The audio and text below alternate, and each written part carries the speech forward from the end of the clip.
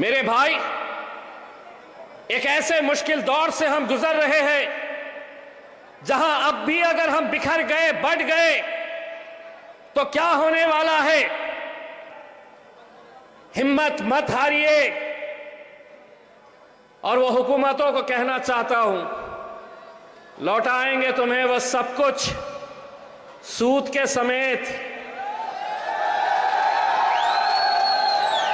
लौटाएंगे तुम्हें सब कुछ सूद के समेत। हम पर तुम्हारे जुल्म का जितना उधार है, ताकत है अगर तुम्हारे पास सितम करो तो हमारे पास भी रहमत परवरदिगार है। डराया जा रहा है, इनको वोट दिए तो भाजपा आ जाएगी। पिछले 76 सालों के अंदर तुम्हारी क़यादत इसलिए खत्म हुई कि किसी के डर की वजह से तुमने अपना वोट दिया। आज तय करो तुम, और अगर ये तय कर लेते हैं कि ताहिर भाई को जिताना है, तो तुम तो आने वाले नहीं। आप मतलब आप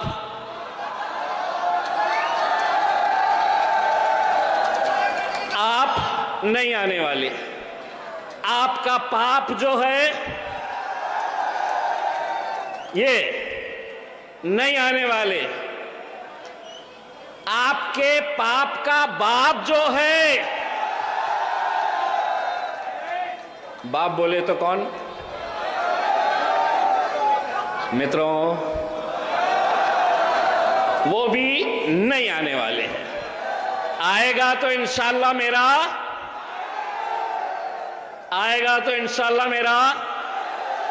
जोर से बोलो। आने दीजिए, मीडिया वालों को आने दीजिए, बड़ा अच्छा लगता है उनको हम क्या बोलने वाले हैं।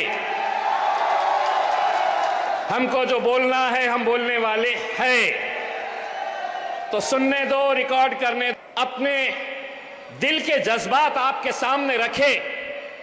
एक बात उनकी मुझे पसंद आई। एक ऐसा माहौल था जहां पर आप अलग अलग जाति, धर्म और मजहब के लोगों को एक साथ मिलकर सारे त्योहार आप मनाते थे। ये मुस्तफाबाद की पहचान हुआ करती थी। उन्होंने कहा कि न जाने किसकी नजर लगी। ताहिर भाई, मैं बताता हूं कि इस मुल्क को किसकी नजर लगी।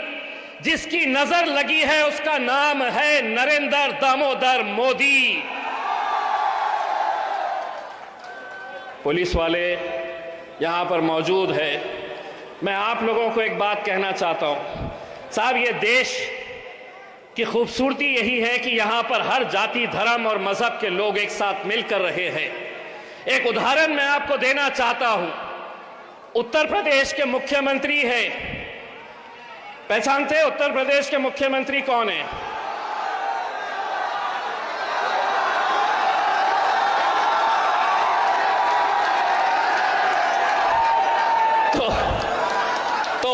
मैंने बोला नहीं कुछ।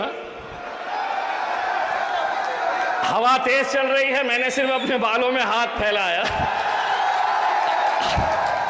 तो उत्तर प्रदेश के मुख्यमंत्री साहब ने अभी कुछ दिन पहले एक बयान दिया था कि महाकुंभ जो हमारे हिंदू भाइयों के लिए एक बहुत बड़ा उत्सव, एक त्योहार होता है, जहां पर दुनिया भर के हमारे हिंदू भाई बहन वहां पर जाते हैं।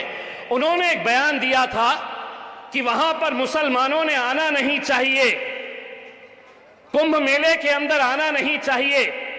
बड़े अफसोस के साथ यह कहना पड़ रहा है। हम श्रद्धांजलि देते हैं, हम तमाम वो ऐसे हमारे हिंदू भाई और बहन जिनकी मौत हुई है वहां पर कुंभ मेले के अंदर, जो मर गए हैं वहां पर सिर्फ बदइंतजामी की वजह से बेकसूर लोग मर गए हैं। जानते हैं हमारे मुल्क की तहजीब, हमारी मुल्क की संस्कृति क्या है? जब ये लोग अपने कुंभ मेले से वापस अपने अपने घरों की तरफ जा रहे हैं, तो आज यही मुसलमान जिनको कहा गया था कि तुम कुंभ मेले में नहीं आना चाहिए, वही मुसलमानों ने मस्जिदें खोल दी है, मदरसे खोल दिए हैं। खाने का इंतजाम, पीने का इंतजाम, उन्हें आराम करवाने का, यह हमारी तहजीब है। इसीलिए इस राजनीति ने, इस घटिया राजनीति के अंदर आज समाजों के बीच में दरारें पैदा करने का जो काम किया है, उसका सबसे बड़ा अगर कोई जिम्मेदार है तो वो भारतीय जनता पार्टी है। सही कहा है ताहिर भाई ने, आप ताहिर भाई को जिताकर लेकर आओ, हिंदुस्तान के अंदर हम भारतीय जनता पार्टी को बाबा जी का ठुल्लू दिखाते घूमेंगे, पूरे हिंदुस्तान में दिखाएंगे। आज सिर्फ पूरा मुल्क ही नहीं, मुल्क के बाहर जितने लोग हैं वो आज मुस्तफाबाद और ओखला के ऊपर नजर लगाए हुए हैं। वो देखना चाह रहे हैं कि सही मानों में इनकी गैरत जिंदा है, तुम्हारी गैरत जिंदा है या मर चुकी है। तुम्हारे सीने में दिल है जो एक इंसान को तड़पते हुए, उसके परिवार को तड़पते हुए देखने के बावजूद भी बटे हुए हैं, कटे हुए हैं, अलग अलग महफिलों में जाकर बैठे हुए हैं। सवाल करते हैं हमसे ये मीडिया वाले, दो क्यों लड़े? दो से क्या हो जाएगा? दो जीत के भी आ गए तो क्या हो जाएगा? अरे तुम दो की बात करते हैं, लोकसभा के अंदर तो मेरा शेर अकेले वहां पर जाकर बैठता है। 550 एक तरफ, मेरा शेर, इसको क्या कहते हैं? 100 सुनार की, बोलो 100 सुनार की। हाँ, तो दो क्या कर लेंगे? सवाल करने वालों जवाब ये भी सुन लो, जंगल के अंदर कुत्ते बिल्लियां कितने रहते हैं देखे नहीं जाते, शेरों की गिनती होती है। तो मेरा भाई, मैं आप लोगों से ये अदबन गुजारिश करने के लिए आया, मेरी माएं और बहनें जो आज घरों से सुन रही है हमें, ये इलेक्शन हमारे वजूद का है, हमारे मुस्तकबिल का है, हमारी पहचान का है, हमारी शिनाख्त का है। बड़ा मजा आता है भारतीय जनता पार्टी की हुकूमत को, आम आदमी पार्टी वालों को, कांग्रेस पार्टी वालों को कि इनको उठाओ, जेलों में बंद करो। आज हिंदुस्तान की जेलों के अंदर सबसे ज्यादा अगर कोई बंद है तो मुसलमान है, दलित है और आदिवासी है। बड़ा मजा आता है उन्हें, इनको उठाओ और जेलों में बंद करो। अब हम उनको ये बोलना चाह रहे हैं, तुम अगर इनको उठाए तो हम उन्हें जेल से बाहर एमएलए बनाकर निकालने वाले हैं, तो डराओ मत, एमएलए बनकर निकाल देंगे हम इंशाअल्लाह। आप लोग साथ देंगे? मेरे भाई, आप लोगों को बड़ी संजीदगी के साथ 5 तारीख का ये इलेक्शन लड़ना है।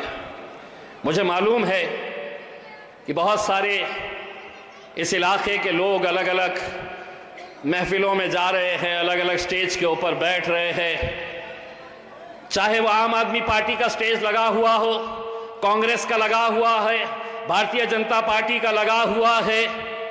भाई ऐसा लग रहा है कि पूरे के पूरे लड़ रहे किससे? तो हमसे। आम आदमी पार्टी वाला भाजपा की जिक्र नहीं कर रहा, भाजपा वाला कांग्रेस का जिक्र नहीं कर रहा, कांग्रेस वाला भाजपा की जिक्र नहीं कर रहा है। सबके निशाने पे मजलिस। चर्चा किसकी? असदुद्दीन अवैसी की। मैं तो बोला थैंक यू, महफिल तुम्हारी सज रही है, चर्चा हमारा हो रहा है। और क्या चाहिए? स्टेज का पैसा तुम लगा रहे हैं, भीड़ तुम इकट्ठा कर रहे हैं, और चर्चा किसका? हमारा। Thank you. बस 5 तारीख के दिन फजर की नमाज पढ़िए, अपने घरों से निकलिए। 7 नंबर है, 7 नंबर है हमारे ताहिर भाई का,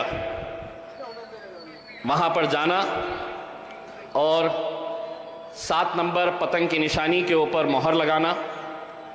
उम्मीद करते हैं कि 8 तारीख के दिन जब नतीजे आएंगे, इन नतीजों का जितना बेसब्री से मुस्तफ़ाबाद और ओखला की आवाम इंतज़ार करेगी, यकीन मानिए हिंदुस्तान का हर वो इंसाफ पसंद इंसान इस सीट के ऊपर नज़र रखेगा। हम भी अपने शहर चले जाएंगे, 8 तारीख के दिन आपके फ़ोन का इंतज़ार करेंगे, शादाब का फ़ोन का इंतज़ार करेंगे कि हमारे अब्बू जीत गए हैं। इम्तियाज़ भाई, बस उस फ़ोन का इंतज़ार हमें देखना है, सुनना है। सिर्फ जाते जाते इतना कहूँगा कि इलेक्शन आएंगे मेरे भाई, कितने इलेक्शन आएंगे, कितने इलेक्शन चले जाएंगे, लेकिन अगर ये सीट अगर हम जीतते हैं इंशाअल्लाह, और इंशाअल्लाह हम जीतेंगे, तो जीतेगा तो ताहिर, लेकिन ताकत मिलेगी मेरे कायद बैरिस्टर असदुद्दीन अवैसी साहब को,